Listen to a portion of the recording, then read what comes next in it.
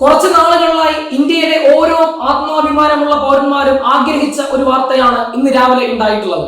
നമുക്കറിയാം, പാകിസ്ഥാനിലെ തീവ്രവാദ സംഘടനകളായിട്ടുള്ള ജെയ്ഷെ മുഹമ്മദിന്റെയും അതുപോലെ തന്നെ ലഷ്കർ-ഇ-തോയ്ബയുടെയും 9 കേന്ദ്രങ്ങളിലേക്ക് അല്ലെങ്കിൽ അവരുടെ സൈനിക ക്യാമ്പുകളിലേക്ക് ഇന്ത്യയുടെ മിസൈൽ വർഷം ഉണ്ടാകുന്നു.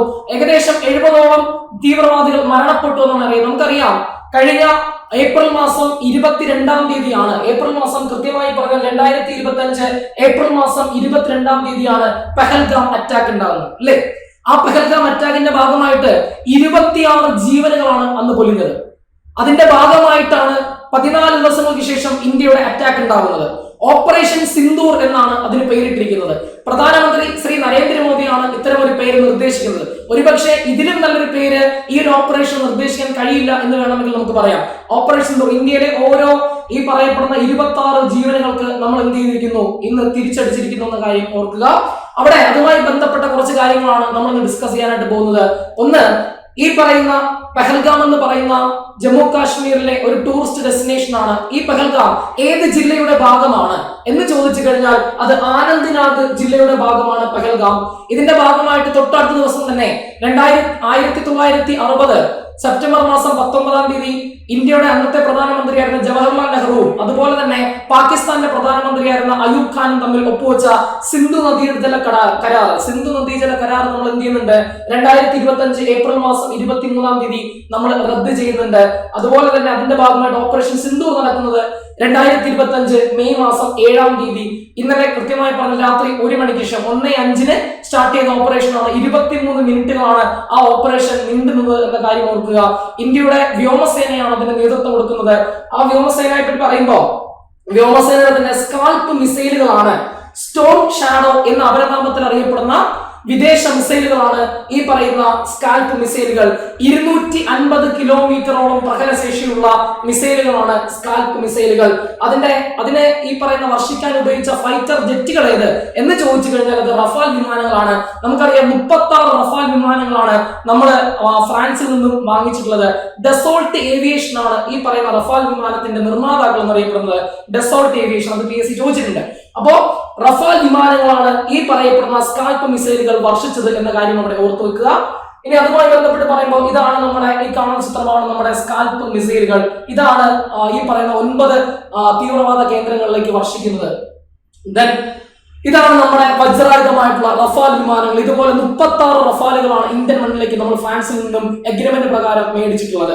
ദെൻ അങ്ങനെയെങ്കിൽ അടുത്ത പോയിന്റിലേക്ക് വരാം. ഈ ഒരു കുറച്ച് ദിവസങ്ങളിലായിട്ട് തന്നെ ഈ ഒരു ഓപ്പറേഷന് നേതൃത്വം കൊടുക്കുന്ന നമുക്കറിയാം, പ്രധാനമന്ത്രി ശ്രീ നരേന്ദ്രമോദി ഇന്ത്യൻ സേനയ്ക്ക് പൂർണ്ണ അനുമതി നൽകിയെന്ന വാർത്തയാണ് നമ്മൾ കേട്ടത്, വാർത്താ മാധ്യമങ്ങളിൽ നമ്മൾ കേട്ടത്. അപ്പൊ അതിന്റെ ഇത്രയും ദിവസം അതിന്റെ ചർച്ചകളും മറ്റു കാര്യങ്ങളും നടക്കുന്നുണ്ട്. അതിന് നേതൃത്വം കൊടുത്ത ഇന്ത്യൻ സേനയുടെ CDS chief of defence staff അഥവാ സംയുക്ത സൈനിക തലവൻ ആര് എന്ന് ചോദിച്ചാൽ പറഞ്ഞമാരാണ്, അത് അനിൽ ചൗഹാൻ ആണ്. അങ്ങനെയെങ്കിൽ ദേശീയ സുരക്ഷാ ഉപദേഷ്ടാവ്, national security adviser of India എന്നറിയപ്പെടുന്നത് അത് അജിത് കുമാർ ദോവൽ ആണ്. Army chief of India Upendra Dwivedi, air chief marshal of India, ഇന്ത്യയുടെ വ്യോമസേനാ മേധാവി, ഇതിന് നേതൃത്വം കൊടുത്ത വ്യോമസേനാ മേധാവി അമർപ്രീത് സിംഗ് ആണ്. അതുപോലെ ഇന്ത്യയുടെ നാവികസേനാ മേധാവിയുടെ പേര് ദിനേശ് കെ ത്രിപാഠി എന്ന കാര്യം എന്ത് ചെയ്യുക, അവിടെ ഓർത്തു വെച്ചേക്കുക. ഇത് നമ്മുടെ മിനിസ്ട്രിയിൽ നരേന്ദ്രമോദി വിളിച്ചു ചേർത്ത ആ ഒരു അജിത് ദോവലിനെ കാണാം. അതുപോലെ തന്നെ നേവി ചീഫിനെയും അതുപോലെ തന്നെ ആർമി ചീഫിനെ നിങ്ങൾക്ക് അവിടെ കാണാം. ഓക്കെ ആണെന്ന് പ്രതീക്ഷിക്കുന്നു. നമ്മുടെ വ്യോമസേനാ മേധാവിയാണ് ഇരിപ്പുള്ളത്. ദെൻ അജിത് കുമാർ ദോവലിയുടെ നാഷണൽ സെക്യൂരിറ്റി അഡ്വൈസർ ആയിട്ടുള്ള അജിത് കുമാർ ദോവലിനെ നിങ്ങൾക്ക് ഇവിടെ കാണാം. അടുത്ത പോയിന്റിലേക്ക് വരുന്നു. The defence minister of India, ഇതിന് നേതൃത്വം കൊടുത്ത ഇന്ത്യയുടെ പ്രതിരോധ വകുപ്പ് മന്ത്രി രാജ്നാഥ് സിംഗ് ആണ്. അതുപോലെ തന്നെ ഹോം അഫയേഴ്സ് മിനിസ്റ്റർ അഥവാ ആഭ്യന്തരമന്ത്രി ആര് എന്ന് ചോദിച്ചാൽ അത് അമിത്ഷായാണ്. അതുപോലെ ഫോറിൻ അഫയേഴ്സ് മിനിസ്റ്റർ, ഇന്ത്യയുടെ വിദേശകാര്യ വകുപ്പ് മന്ത്രി S ജയശങ്കറും. ഡിഫൻസ് സെക്രട്ടറി ആര്, ഇന്ത്യയുടെ പ്രതിരോധ സെക്രട്ടറി എന്നറിയപ്പെടുന്നത് രാജേഷ് കുമാർ സിംഗും. ഹോം സെക്രട്ടറി, ഇന്ത്യയുടെ ഹോം സെക്രട്ടറി ഗോവിന്ദ് മോഹനാണ്. ക്യാബിനറ്റ് സെക്രട്ടറി ഓഫ് ഇന്ത്യ നമുക്കറിയാം TV സോമനാഥനാണ് cabinet secretary. Home secretary Govind Mohan. The foreign secretary അറിഞ്ഞു വെച്ചേക്കണം, കാരണം ഈ സംഭവവുമായി ബന്ധപ്പെട്ടുകൊണ്ട് വിദേശകാര്യ സെക്രട്ടറി ആരായിരുന്നു എന്ന് ചോദിക്കാം, അത് വിക്രം മിശ്രിയാണ്. അതുപോലെ തന്നെ ഇന്ത്യ മഹാരാജ്യം UN പോയിട്ട് ഈ പഹൽഗാം അറ്റാക്ക് നടന്നപ്പോ UN പോയിട്ട് നമ്മൾ ശക്തമായി പാകിസ്ഥാനെതിരെ ഒരു വിയോജിപ്പ് രേഖപ്പെടുത്തിയിട്ടുണ്ട്. തെമ്മാടി രാഷ്ട്രമാണ് പാകിസ്ഥാൻ എന്നാണ് വിശേഷിപ്പിച്ചത്.